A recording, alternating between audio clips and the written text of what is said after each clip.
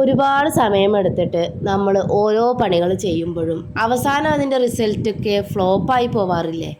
എന്നാൽ ഒരു നല്ല റിസൾട്ട് കിട്ടിയ എന്നാൽ നമുക്കൊക്കെ പലർക്കും അറിയുന്ന പലരും ചെയ്യുന്ന ഒരു കാര്യം തന്നെയാണ് കേട്ടോ ഇത്. വെറും ദോശയല്ല, ദോശ ഉണ്ടാക്കുന്നതിന് മുമ്പ് തന്നെ നമുക്ക് കുറച്ച് കാര്യങ്ങളും കൂടി കണ്ടു നോക്കിയാലോ. നമ്മൾ സാധാരണ ദോശ ഉണ്ടാക്കാൻ അരിയും അതുപോലെ വെളുത്തിട്ടുള്ള അല്ലെങ്കിൽ കറുത്ത ഉഴുന്നുമാണ് ചേർക്കാറുള്ളത്. ഞാൻ ഈ ഉഴുന്നിൻ്റെ കൂടെ തന്നെ കുറച്ച് ചെറുപയർ ഇട്ടിട്ടുണ്ടായിരുന്നു കേട്ടോ. വെള്ളത്തിലിടുന്ന സമയത്ത് തന്നെ വളരെ കുറഞ്ഞ അളവിൽ മാത്രം ഇട്ടാൽ മതി.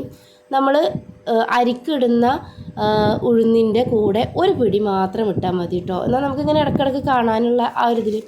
പിന്നെ വേണ്ടതെന്ന് വെച്ചാൽ ഒരു 5 മണിക്കൂറെങ്കിലും മിനിമം അത് കുതിർത്തി വെക്കണം എന്നുള്ളതാണ്. കുതിരാനുള്ള സമയം എത്രത്തോളം എടുക്കണോ അത്രയും നല്ലതാണ്. മാക്സിമം ഒരു 4 അല്ലെങ്കിൽ ഒരു 5 മണിക്കൂറെങ്കിലും. അതിനുശേഷം നമ്മളത് മിക്സിയുടെ ജാറിലേക്ക് ഇട്ടിട്ട് അല്ലെങ്കിൽ ഗ്രൈൻഡറിലോ എന്തിലാണ് നമ്മൾ അരച്ചെടുക്കുന്നത് വെച്ചാൽ അതിക്കിടുക. അതുപോലെ തന്നെ ഒരു ചെറിയൊരു കപ്പ് അളവിൽ നമ്മൾ വീട്ടിലുണ്ടാക്കുന്ന ചോറുണ്ടല്ലോ, ആ ചോറും ചൂടാറിയത് ചേർക്കാം. എന്നിട്ട് കുറച്ച് ഉപ്പ്, ഒരു സ്പൂൺ ഉപ്പ്. ഇപ്പോൾ ഞാനിതിലേക്ക് അത്യാവശ്യം വേണ്ടത് കുറച്ച് ഉപ്പാണ്, പിന്നെ കുറച്ച് വെള്ളവും ചേർത്തിട്ടുണ്ട്. ഇതെല്ലാം കൂടി ചേർത്തതിന് ശേഷം നന്നായിട്ട് ഒന്ന് അരച്ചെടുക്കുക. നല്ല പോലെ അരച്ചെടുക്കണം. എന്നിട്ട് ഈ അരച്ചെടുത്ത ഈ ഒരു മാവ് ഈ ഒരു പരുവത്തിൽ വലിയ രീതിയിൽ വെള്ളമൊന്നും ചേർക്കണ്ട കേട്ടോ. കൂടുതൽ വെള്ളം ചേർക്കാതിരിക്കുന്നതാണ് ഏറ്റവും നല്ലത്. എന്നാൽ നമുക്ക് ഇഡ്ഡലി വേണമെങ്കിൽ ഉണ്ടാക്കാം, അതല്ലാന്നുണ്ടെങ്കിൽ നമുക്ക് ദോശ ഉണ്ടാക്കാം. പിന്നെ വേണ്ടത് കുറച്ച് പരന്നിട്ടുള്ള കുറച്ച് വലിയൊരു പാത്രത്തിലേക്ക് അത് ഒഴിച്ച് വെക്കുക എന്നുള്ളതാണ്.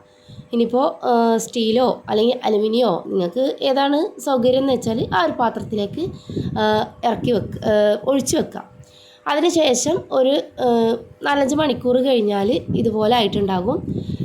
അത് നമ്മളുടെ കയ്യിൽ വെച്ചിട്ട് ചെറുതായിട്ടൊന്ന് ഇളക്കി കൊടുക്കുക കേട്ടോ. വലിയ രീതിയിൽ ആദ്യം തന്നെ ഇളക്കരുത്, പതിയെ പതിയെ ഇളക്കി കൊടുക്കുക. ഇത് ഞാൻ കുറച്ച് സ്പീഡിൽ കാണിച്ചതാണ് കേട്ടോ. അപ്പോൾ വളരെ സ്ലോ ആയിട്ട് ഇളക്കിയിട്ട് അതൊന്ന് ബാറ്ററൊന്ന് യോജിപ്പിക്കുക.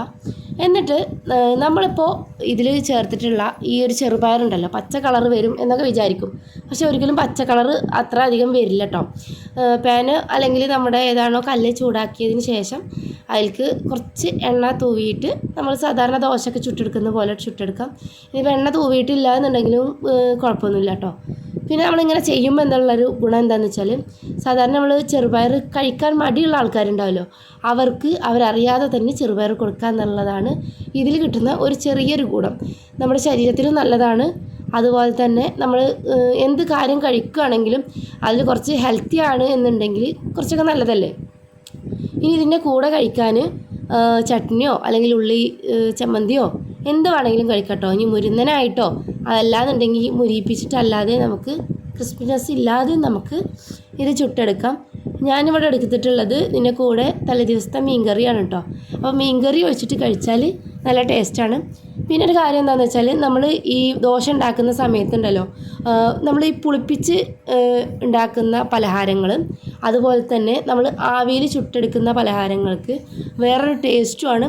അതുപോലെ ഹെൽത്തിന് വളരെയധികം നല്ലതാണ്. നമ്മൾ ഭൂരിയൊക്കെ ഉണ്ടാക്കുന്നത് അല്ലെങ്കിൽ പൊറോട്ടയൊക്കെ ഉണ്ടാക്കുന്നതിനേക്കാൾ അല്ലെങ്കിൽ അത് കഴിക്കുന്നതിനേക്കാൾ എത്രയോ നല്ലതാണ് നമ്മൾ ഈ അരിയും ഉഴുന്നും പരിപ്പും പയറൊക്കെ ഇട്ടിട്ടുള്ള ഭക്ഷണങ്ങൾ നമ്മുടെ ശരീരത്തിലേക്ക് നമ്മൾ കൊടുക്കുന്നത്, അതായത് നമ്മൾ കഴിക്കുന്നത്, ഭക്ഷണങ്ങൾ കഴിക്കുന്നത്.